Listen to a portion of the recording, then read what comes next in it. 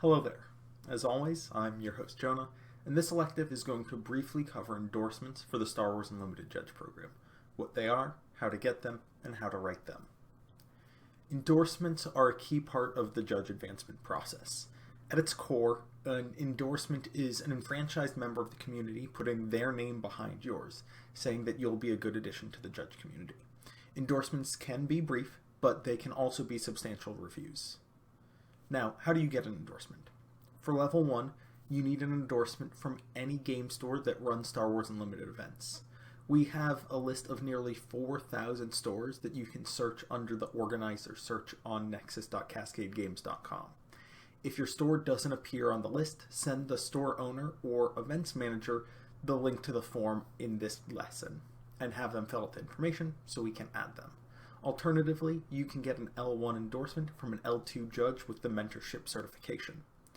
For level 2, you need an endorsement from any store in our database that has a competitive tier status. Stores that have run a planetary qualifier or other championship series events, sectors, and regionals should automatically have that status. Stores can apply for the status from their organized profile once they've linked their personal account to their organizer profile. Ask your store or judges that you've worked with what you need to demonstrate to them before they're comfortable writing you an endorsement. Now, for writing endorsements, at minimum, an endorsement should indicate that the author believes that the candidate would be a good addition to the community and could perform adequately in the roles expected of a judge at that level. For level 1, an endorsement of, I believe that if Jonah became an L1 judge, he would improve the quality of our local events. I trust him to run our pre-releases, is an adequate endorsement.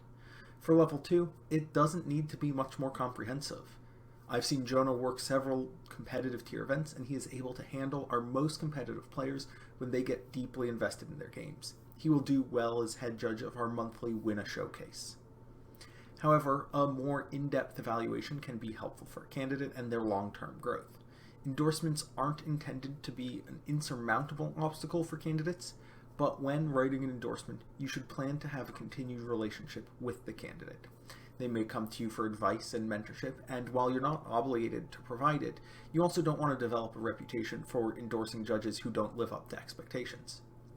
When you endorse a judge, you're expected to have observed them in action at an event, and so referencing specific behaviors that you've seen, either celebrating their strengths or pointing out areas of improvement for them to focus on as they can continue to grow, can be critical for their long-term success.